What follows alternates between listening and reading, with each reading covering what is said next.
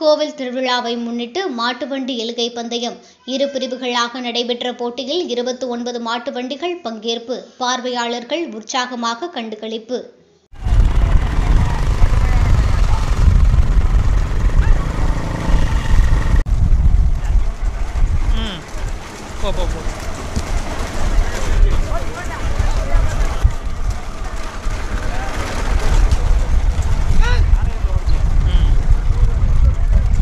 சிவகங்கை மாவட்டம் காளையார்கோவில் அருகே நெடுவுத்தாவு கிராமத்தில் கிருஷ்ண ஜெயந்தி திருவிழாவை முன்னிட்டு இரட்டை மாட்டு வண்டி எல்கை பந்தயம் நடைபெற்றது.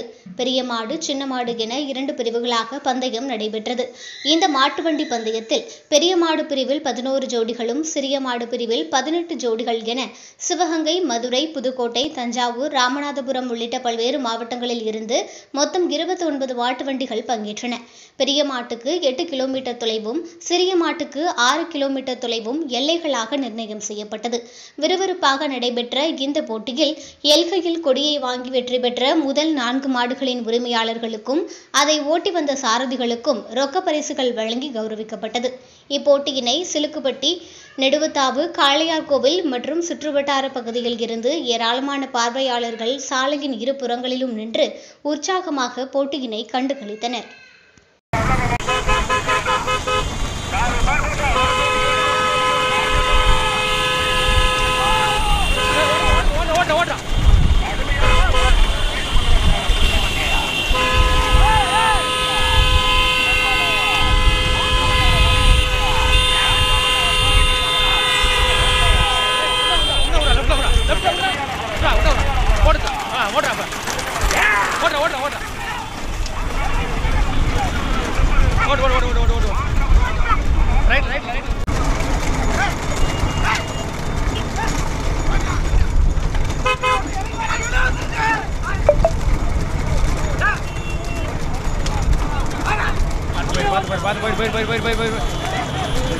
போ, எங்கிட்ட போ.